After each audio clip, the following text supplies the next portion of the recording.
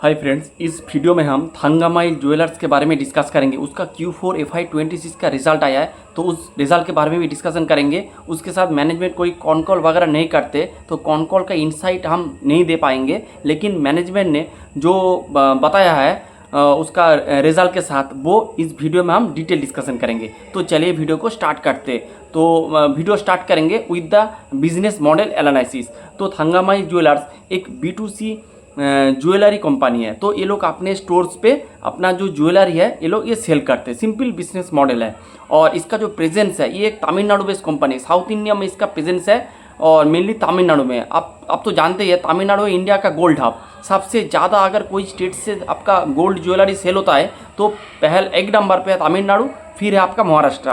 तो इस जो रीजन में ये अपना स्टोर वगैरह है वो बहुत ही अच्छे खासी रीजन में है। यहाँ पे गोल्ड का कंजम्पशन ज़्यादा है। उसके बाद जो थंगामाइल है वो तमिलनाडु का एक रिनाउंड एक ब्रांड है, तो इसका ब्रांड वैल्यू भी अच्छा है। तो ये बात है। तो ये हो गया आपका मोटा मोटी बिजनेस मॉडल। आप चलते इसका रिजल्ट की ओर। मेरे हिसाब से रिजल्ट एकदम सॉलिड रिजल्ट आया है। तो रिजल्ट देखेंगे, रेवेन्यू 107% से इसका रेवेन्यू ग्रो किया है और FY27 में 73% से रेवेन्यू ग्रो किया है। इसका जो टोटल रेवेन्यू है 8,499, ऑलमोस्ट 8,500 करोड़ का रेवेन्यू इन लोगों ने अचीव किया है। और मैनेजमेंट का गाइडेंस था कि ये लोग 7,000 करोड़ का रेवेन्यू करेंगे। तो जो मैनेजमेंट गाइड किया था उससे बहुत अच्छे रिजल्ट इन लोगों ने शो किया है, मैनेजमेंट ने शो किया है। फिर इसका EBITDA 275% से FY26 में 156% से ग्रो किया है। EBITDA मार्जिन 4.33 से 7.84 हो चुका है। तो EBITDA मार्जिन आपका इंक्रीज़ हुआ है। फिर पैट 361% से इसका पैट ग्रो हुआ है। FY26 के हिसाब से देखेंगे तो इसका भी करेंट पैट है, प्रॉफिट आफ्टर टैक्स है 352 करोड़। तो एकदम खतरनाक रिजल्ट दिया है, मैनेजमेंट ने शो किया है, जो बहुत ही अच्छे रिजल्ट है। उसके साथ इसका मार्जिन भी इम्प्रूव हुआ है। जो गाइड किया था उसके बहुत बेहतर प्रदर्शन किया है। तो हर एक फ्रंट में आप देखेंगे इसका जो रिजल्ट बेहतरीन है। उसके बाद अगर इसका सेगमेंट वाइज रेवेन्यू देखेंगे तो इसका गोल्ड का जो वॉल्यूम है, वॉल्यूम Q4 में 23% से और FY26 में 12% से इसका वॉल्यूम ग्रो किया है। तो अगर आप देखेंगे Q4 में आपका गोल्ड का पूरे FY26 में आप देखेंगे गोल्ड का प्राइस ऑलमोस्ट डबल हो चुका है। फिर भी ये कंपनी मोटा मोटी 12% से अपना वॉल्यूम को ग्रो कर रहा है, जो कि बहुत ही अच्छा है। फिर सिल्वर वो भी FY26 में 21% से ग्रो किया है। डायमंड वो भी 32% से ग्रो किया है। और अगर आप इसका टोटल सेल्स का देखेंगे तो टोटल जो सेल्स है इनमें से 92% सेल्स है इसका गोल्ड ज्वेलरी का।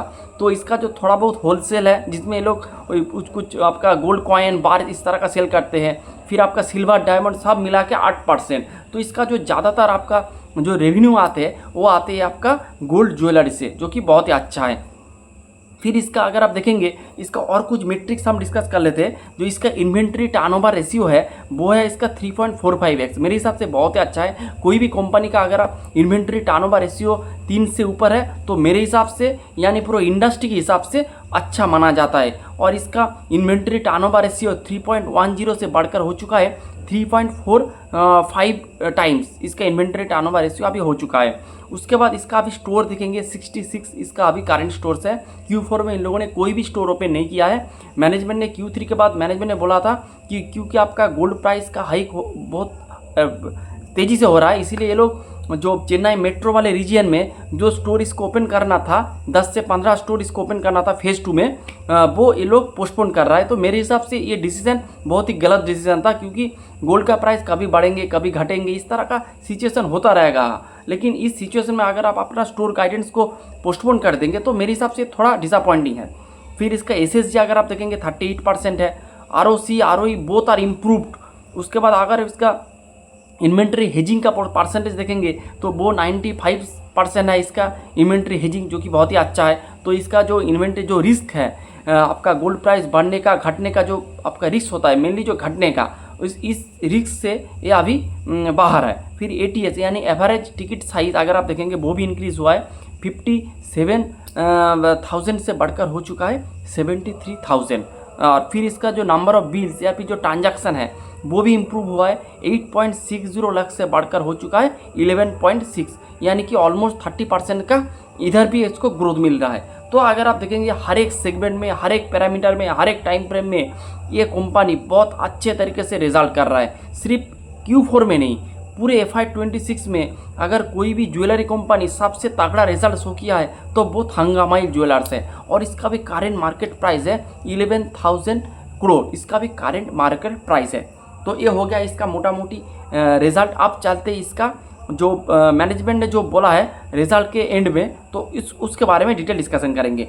तो पहले हम डिस्कस करेंगे जो गोल्ड इंपोर्ट ड्यूटी का जो हाइक हुआ है इसका क्या रिपरकशन होगा बिजनेस के ऊपर या फिर थांगामाइल थांगामाइल के बिजनेस के ऊपर, इसके बारे में मैनेजमेंट ने कहा है। जो ऑलमोस्ट 150% इसका जो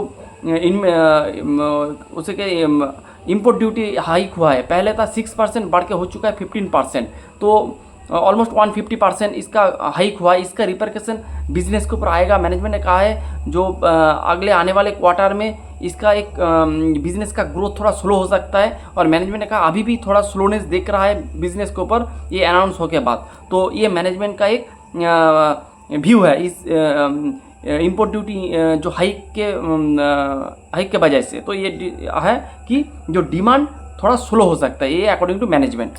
फिर मैनेजमेंट ने कहा है कि अगर आपको इसको अगर आपको ओवरकम करना है, इस इम्पैक्ट ड्यूटी को आपको बिजनेस से ओवरकम करना है, तो एक ही उपाय है आपके पास, वो है कि आपका जो ओल्ड गोल्ड है उसका एक्सचेंज का रेट बढ़ा देने का। अगर आप ओल्ड गोल्ड को एक्सचेंज करेंगे तो आपको 15% का इंपोर्ट ड्यूटी देना नहीं पड़ेगा। तो आपको क्या होगा, आपको फ़ायदा होगा, आपको भी फ़ायदा होगा, उसके साथ जो कंपनी है, जो बिज़नेस है, जो B2C कंपनी है उसको भी फ़ायदा होगा, क्योंकि उसको भी 15% नहीं देना पड़ेगा। और उसके साथ सरकार को भी फ़ायदा होगा। सरकार को फ़ायदा होगा कि उसको बाहर से गोल्ड इंपोर्ट नहीं करना पड़ेगा। तो इसका जो फॉरेक्स जो रिजर्व है, फॉरेक्स रिजर्व के ऊपर कोई भी नेगेटिव इम्पैक्ट नहीं पड़ेगा। तो इस पूरे सिचुएशन में मेरे को एक ही रामबाण लगता है, वो है कि आपका ओल्ड गोल्ड एक्सचेंज का पेनिट्रेशन बढ़ाने का। और मैनेजमेंट ने भी कहा है कि वो लोग भी ट्राई कर रहा है, उसका भी करेंट जो परसेंटेज है वो 50 से 60% है। मैनेजमेंट ने कहा है इसके ऊपर ये लोग और ज़्यादा इंसेंटिवाइज करेंगे और इसको और थोड़ा खींचेंगे। अगर 60 से 70% लेके जा सकते हैं तो इसका बिजनेस पे उतना ज़्यादा इफेक्ट नहीं आएगा।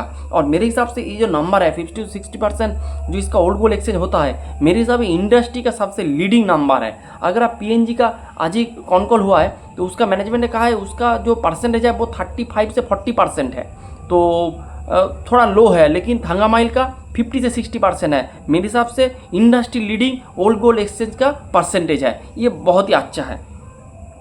तो ये मोटा मोटी बात था। उसके बाद स्टोर एक्सपांसन के बारे में मैनेजमेंट ने कहा है, जो स्टोर इन लोगों ने पोस्टपोन किया था अभी FY27 में इसको ये लोग ओपन करेंगे। और जो फेज़ 2 है, जो आपका चेन्नई मेट्रो टाउन का जो एक्सपांसन है, स्टोर एक्सपांसन, उसका फेज़ 2 ये लोग करेंगे। फेज़ 1 ऑलरेडी कंप्लीट हो चुका है, फेज़ 2 करेंगे। इनमें ये लोग नया स्टोर ये लोग ओपन करेंगे। तो ये बात है। उसके साथ मैनेजमेंट ने कहा है जो आपका जो इंपोर्ट ड्यूटी बढ़ गया है उसके वजह से एक फ़ायदा जो ज्वेलरी रिटेलर शॉप को होगा कि उसका इन्वेंट्री गेन अच्छा आएगा। लेकिन मैनेजमेंट ने भी कहा है कि उसका ऑलमोस्ट 60 करोड़ का इन्वेंट्री गेन आएगा FY26 में इस रेशियो के वजह से, इस इम्पैक्ट जो इंपोर्ट ड्यूटी हाइक होने के वजह से। तो यही था पूरी डिस्कशन। मेरे हिसाब से सॉलिड नंबर है। लेकिन एक ही कमेंट्री जो मेरे को थोड़ा ख़राब लगा है कि जो डिमांड कुछ क्वार्टर के लिए थोड़ा स्लो डाउन हो सकता है। और इसी रीजन के वजह से आप देखेंगे हर एक जो स्टॉक्स है, जैसे आपका टाइटान, कल्याण, हर एक स्टॉक्स है जो जिसका रिजल्ट एकदम बम्पर है, सुपर डुपर है, फिर भी उसका स्टॉक थोड़ा नीचे आ गया है। ऑलमोस्ट 20% 30% तक उसका स्टॉक अभी डाउन हो चुका है इजी रीज़न की वजह से। लेकिन इस सिचुएशन को आपको थोड़ा ट्रैक करना चाहिए, मैनेजमेंट क्या कह रहा है इसके बारे में थोड़ा आपको देखना सुनना चाहिए। तो और उसके बाद थोड़ा इसका वैल्यूएशन करेंगे। मैनेजमेंट ने कोई गाइडेंस वगैरह नहीं दिया है। जैसे अगले साल का गाइडेंस था 7,000 करोड़ का, उन लोगों ने किया है ऑलमोस्ट 8,500 करोड़। तो लेकिन उस तरह का कोई गाइडेंस मैनेजमेंट ने नहीं दिया है।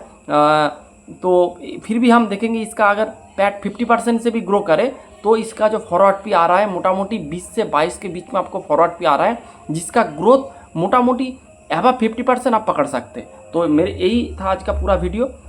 तो मेरे हिसाब से बहुत ही एक अच्छा बेट है। लेकिन अभी जो गोल्ड बिजनेस का सिचुएशन थोड़ा ख़राब है, इसीलिए इस पूरे सेगमेंट थोड़ा दिक्कत में है। तो यही था आज का video. Hope you like the video and thanks for watching the video.